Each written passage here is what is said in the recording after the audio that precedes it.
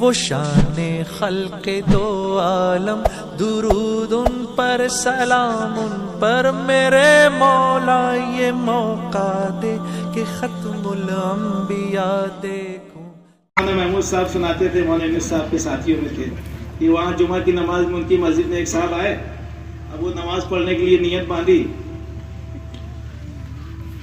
کسی نئے نمازی کو کھجانے کی حضرت پیش آ گئی تو وہ ایسے کھجایا تو بازو والے کو دھکا لگا۔ اس نے سمجھا کہ نماز میں جیسے رکوع کرنا، سجدہ کرنا، ہاتھ باندھنا ایک عمل ہے، تو ایسا کرنا بھی کوئی عمل ہے، تو اس نے بازو والے کو ایسا کیا۔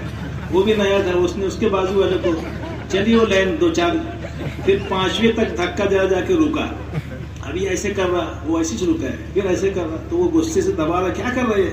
بولے ادھر سے آ رہا، بولے آگے بڑھا، ایسی نماز، ادھر سے آنا آگے بڑھا، ایسی نماز اپنی۔ تو اپنی نماز کا بھی یہ حال ہے، ایمان کا یہ حال ہے، یہ ہنسنے کی بات نہیں، اپنا سوچنے کی بات۔ ایک آدمی رکعت میں بھول گیا کہ کتنی امام صاحب کے ساتھ پڑھا، یہ مولانا کی مسجد کا واقعہ ہے، کتنی باقی ہے، تو وہ بولے یہ اپنے بازو میں جو ہے نا، یہ بھی اپنے ساتھ ہی کھڑا ہوا، یہ جتنی پڑھے گا اتنی میں پڑھ لوں گا۔ اب دونوں کھڑے ہوئے، اب دونوں لمبی کر رہے، وہ بھی بھول گیا کتنی پڑھ رہے ہیں، وہ اس کے اوپر ڈیپینڈ کیا ہے، اب دونوں لمبی چل رہی، جائیں نہیں رہے رکوع میں، سمجھ گیا دونوں گڑبڑ ہے، ایسی نماز ہے۔ نیت باندھتے بولے اس ہفتے بھی کام نہیں ہوا تھا، اس ہفتے بھی کھوٹی ہو گئی تھی، تو نماز کا یہ ہے۔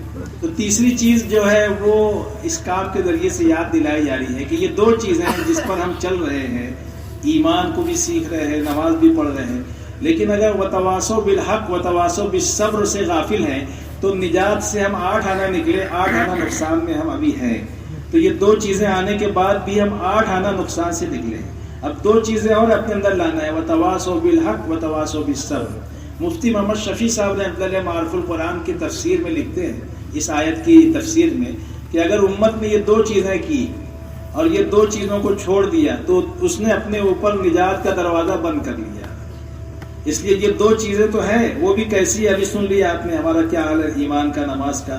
باقی دو چیزیں یعنی ایمان اور اعمال صالحہ کی طرف لوگوں کو فہمائش کرنا، ترغیب دینا، بلانا، دعوت دینا، یہ تیسری شرط ہے نجات کے لیے۔ تو کیا ہم اور آپ جس دین پر چل رہے ہیں یا جتنے دین پر چل رہے ہیں اتنے دین کے لوگوں کو دعوت دے رہے ہیں؟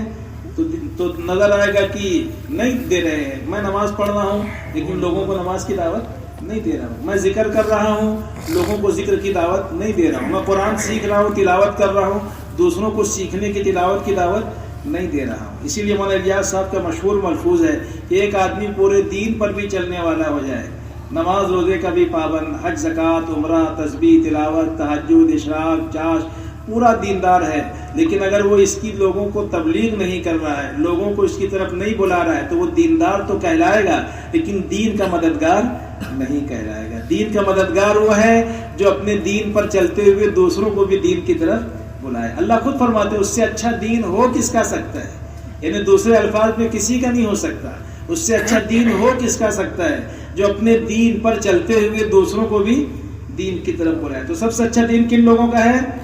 جو دین پر چلتے ہوئے لوگوں کو بھی دین کی طرف بلائے۔ دین کیا ہے؟ کلمہ، نماز، روزہ، زکوٰۃ، وہ سب چیزیں نا، 9 چیزیں کبھی کبھی میں نے سنوائی، آپ کو یاد ہے کہ نہیں؟ نماز ہے، روزہ ہے، زکوٰۃ ہے، حج ہے، قرآن کی تلاوت ہے، اللہ کا ذکر ہے، سنتوں پر عمل ہے، یہ سب عبادت لکھی امام غزالی نے۔ 10 چیزیں عبادت ہے۔ کتنی چیزیں؟ 10 چیزیں عبادت ہے۔ اس میں سے نماز 1، روزہ 3، ارے بولو نا، بولو نا، تم پیسے دے کے 5 لے گا 2، اور زکوٰۃ 3، اور حج 4، قرآن کی تلاوت 5، اللہ کا ذکر 7، 6، اور سنتوں پر عمل 7، حقوق العباد 8، حلال روزی تجارت کاروبار جو بھی ہے 9، اور 10ویں ان 9 پر عمل کرتے ہوئے لوگوں کو اس 9 کی طرف بلانا، وہ ہے دعوت۔ 10ویں چیز کیا ہے؟ دعوت۔ تو یہ دعوت جو ہے وتواصوا بالحق جو ہے، یہ دعوت ہے کہ لوگوں کو یہ 9 چیزوں پر عمل کرتے ہوئے بلانا، خود عمل کر کے بلانا۔ اور جب ایسا کریں گے تو سنو اب کیا ہوگا۔ اللہ کہتے ہیں جب تم یہ 3 کام کرو گے، ایمان لاؤ گے، اچھے اعمال کرو گے، اور لوگوں کو ایمان اور اچھے اعمال کی طرف دعوت دو گے، تو پھر تم پر ناگواریاں آئیں گی، کچھ حالات آئیں گے، کچھ تنگی، کچھ الجھنیں، کچھ ٹینشن، کچھ لوگوں کی طرف سے کڑوی کسیلی بھی سننا پڑے گا، تان و تشنی، ایسی بہت سی باتیں ہوگی. چل بڑا آیا بولے پاک نمازی انڈا چور, بولے تیرے کو بھی جانتا, تیرے باپ کو بھی جانتا, بڑا آیا آپ کو تبلیغ کرتے ہیں. ایسے بولیں گے لوگ, نکاموں کا کام ہے. ایسے بہت سے القاب سے نوازیں گے. اللہ کے نبی کو لوگ پہلے صادق اور امین کہتے تھے. جب تک آپ عبادت کرتے تھے تو کیا کہتے تھے؟ آپ سچے ہیں, امانت دار ہیں. لیکن جب دعوت لے کے کھڑے ہوئے تو عداوت شروع ہو گئی. عداوت یعنی دشمنی. اب آپ کو کیا کہہ رہے ہیں؟ ھذا رجل کاذب, نعوذ باللہ یہ جھوٹے ہیں, نعوذ باللہ یہ جادوگر ہیں, نعوذ باللہ یہ ساحر ہیں. یعنی ایسے القاب سے نوازا گیا کہ بولنے کو ڈر لگتی ہے. کل تک صادق اور امین کہتے تھے, اب اللہ کے نبی سے بڑھ کے صاف ستھری زندگی کس کی ہو سکتی ہے؟ ان کو نہیں چھوڑا. تو جب ہم نبیوں اور صحابہ والا کام کریں گے تو ناگواریاں آئیں گی. کیا آئے گی؟ مولانا سعید خان صاحب فرمایا کرتے تھے, سیرت سے عرض کیا کہ 7 گھاٹیاں آئے گی. کتنی گھاٹیاں؟ اور 3 شارپ کرو آئیں گے. شارپ کرو سمجھتے ہیں نا, زگ زیگ, ایک دم اچانک موڑ جس کو بولتے ہیں. یو ٹرن کیا آتا ہے؟ کبھی کبھی اوپر چڑھو گھور گھاٹ پہ, ہے کہ نہیں؟ گھور گھاٹ پہ کنر گھاٹ, گھور گھاٹ, کسارا گھاٹ, اور وہ نیپال کی گھاٹ نارائن گھاٹ, اور شری لنکا میں ایک گھاٹ ہے. یہ ایسے گھاٹ ہیں کہ کلمہ ہی پڑے گا آدمی جائے گا تو کیا پڑے گا؟ کلمہ. تو وہ گھاٹ جو ہے نا, وہ اس کو کیا کہتا تھا؟ گھاٹ کہاں سے آ گیا؟ شارپ کرو. ہاں, تو گھاٹ میں شارپ کرو آتا ہے. سندھو دور جائے گا نا تو وہاں گیٹ میں ایک راستہ جاتا ہے, وہیں شارپ کرو ہے. وہ تو بائی پاس نکال دیا ہے ساونتواڑی کا, تو وہ شارپ کرو آئے گا. تو اس میں گھبرانا نہیں ہے, کیونکہ 5 ہجری تک اللہ نے تھوڑا حالات کی چکی میں پیسا صحابہ کو بھی.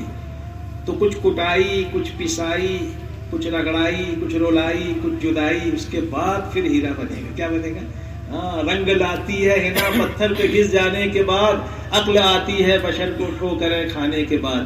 تو 4 حالات آئے. نمبر 1 پٹائی ہوئی. کیا ہوئی؟ حضرت بلال, حضرت خباب بن عرب, عمار بن یاسر, حضرت سمیہ, حضرت مصعب بن عمیر. یہ سارے واقعات آپ تعلیم میں سنتے ہیں. کیا کچھ نہیں ان کے ساتھ ہوا؟ ارے پٹائی ہوئی نا, الٹا لٹکایا گیا, مرچ کی دھونی دی گئی, گرم ریت پر گھسیٹا گیا, انگاروں پر لٹا کے کھینچا گیا, چٹان سینے پہ رکھ دی گئی, اور کیا کچھ نہیں ہوا؟ پٹائی ہوئی. دوسرے بائیکاٹ ہوا 3 سال کا. کتنے سال کا؟ 3 سال کا بائیکاٹ شعب ابی طالب کی گھاٹی میں. اس کے بعد تیسرے جو ہے جدائی ہوئی, وطن چھوڑنا پڑا. کیا چھوڑنا پڑا؟ اور وطن چھوڑنا آسان نہیں ہے. آدمی 3 وجہ سے وطن چھوڑتا ہے. ایک کسب حلال کے لیے, روزی روٹی کے لیے. دوسرے علم حاصل کرنے کے لیے, ڈگری لینے کے لیے, ڈاکٹر, انجینئر, عالم, مفتی بننے کے لیے. اور تیسرے جو ہے علاج معالجے کے لیے. یہ 3 وجہ سے گھر چھوڑتا ہے. باقی تفریح تو چھوڑ کے آ جاتا ہے گھوم پھر کے نا. یہ 3 وجہ سے, ورنہ گھر چھوڑنا کوئی دل سے نہیں چاہتا ہے. اور چھوڑنے کے بعد بھی خیر خبر لیتے رہتا ہے. بولے ابھی بھی وہاں پر وہ ٹکا ملتا ہے کیا؟ ابھی بھی وہاں وہ کباب ملتا ہے, وہ چائے ملتی ہے. وہ دیش سے آنے والے بتا کس حال میں ہے یاران وطن, کس حال میں ہے کنعان وطن. روتا ہے گھر کی یاد کر کے, اپنے وطن کی, دوستوں کی, سرکل کی, جہاں بیٹھتا تھا, چائے پیتا تھا. پوچھتا ہے کہ اب بھی وہاں کی چائے, کیا اب بھی وہاں تارا پان ملتا ہے, کیا اب بھی وہاں وہ جو ہے چائے ملتی ہے نا, جو کسی زمانے میں جا کے پیا کرتا تھا. وہ یاد کر کے روتا ہے. تو وطن چھوڑنا آسان نہیں ہے. تو وطن چھوڑنا پڑا. کیا چھوڑنا پڑا؟ مکہ مکرمہ. اللہ کے نبی صلی اللہ علیہ وسلم بار بار پلٹ کر دیکھ رہے ہیں بیت اللہ کو کہ اے بیت اللہ, تجھے میں نہیں چھوڑتا اگر تیری قوم مجھے نہ نکالتی. اس حاجی سے پوچھو جو 40 دن رہتا ہے تو کتنا روتا ہے, سسکتا ہے کہ اب کب نصیب ہوگا اللہ کے گھر کی زیارت اور اس کا طواف, اور یہاں کی نورانیت, یہاں کی روحانیت اب کب ملے گی. 40 دن رہتا ہے تو روتے ہوئے آتا ہے. جس نبی کا بچپنا اور جوانی وہاں گزری, 53 سال جن کا وہاں گزرا, تو کیسا آپ کے دل پر پتھر رکھ کے آپ گئے ہوں گے. تو وطن چھوڑنا پڑا. پھر وہاں جانے کے بعد چوتھا مصیبت, ریڈ الرٹ. کیا رہا؟ ایمرجنسی رہی. کبھی بدر, کبھی احد, کبھی ہمراہ الاسد, کبھی احزاب, کبھی خندق. یعنی 26 مرتبہ اللہ کے نبی کو مدینہ منورہ چھوڑنا پڑا, اور 150 مرتبہ صحابہ کو نکلنا پڑا. کیا کتنی مرتبہ؟ 150. 4 حالات سے گزرے. ایک دم دل کو ہلا دینے والے اور پیروں کو جنبش دینے والے. پٹائی 1, بائیکاٹ 2, جدائی یعنی ہجرت 3, اور چوتھے ریڈ الرٹ, ایمرجنسی. جوتے پہن کے سوتے تھے کب کدھر سے حملہ ہو جائے. لیکن اللہ نے پھر جب یہ اس کو جھیلا تو 4 انعام دیے. نمبر 1, مکہ فتح ہو گیا 10 سال کے اندر. نمبر 2, اللہ نے اسلام کو غالب کر دیا. اذا جاء نصر اللہ والفتح ورأیت الناس يدخلون فی دین اللہ افواجا. فوج در فوج لوگ اسلام میں اٹھ کے اب بزم جہاں کا اور ہی انداز ہے، مشرق اور مغرب میں تیرے دور کا آغاز ہے، پوری دنیا کے لوگ جوق در جوق ہے نا، کوئی فارس سے آ رہا ہے، کوئی حبشہ سے آ رہا ہے، سلمان فارس سے آ گئے، صہیب روم سے آ گئے، بلال حبشہ سے آ گئے، ابو موسیٰ اشعری یمن سے آ گئے، اور ابو ذر غفاری ملک شام کے بارڈر سے آ گئے، ایک ہی صف میں کھڑے ہو گئے محمود و ایاز، نہ کوئی بندہ رہا نہ کوئی بندہ نواز، آ گیا عین لڑائی میں اگر وقت نماز، قبلہ روحوں کے زمین بوس ہوئی قوم حجاز۔ تو ایسا اللہ نے اجتماعیت قائم کی کہ ممالک جوق در جوق لوگ اسلام میں آنا شروع ہو گئے۔ اور تیسرے اللہ تعالیٰ نے قیصر و کسریٰ کے خزانے اور ان کی شہزادیوں کو باندیاں بنا کر ان کی خدمت میں لا کے ڈال دیا، ان کے قدموں میں لا کے ڈال دیا۔ قیصر و کسریٰ کے خزانے، صدیوں کا جمع کیا ہوا خزانہ، 2.5 من کا تاج جس میں ہیرے جواہرات لگے ہوئے تھے، وہ سب قدموں میں لا کے ڈال دیے۔ اور چوتھے وہ پروانہ رضا جو اللہ کے نبی جو جنت میں جانے کے بعد جنتیوں کو سب سے آخر میں ملے گا، وہ اللہ تعالیٰ نے دنیا ہی میں نبی کی زبان مبارک سے سنوا دیے، رضی اللہ عنہم ورضوا، وہ ہم سے راضی ہوئے، ہم ان سے۔ یہ 4 انعام اللہ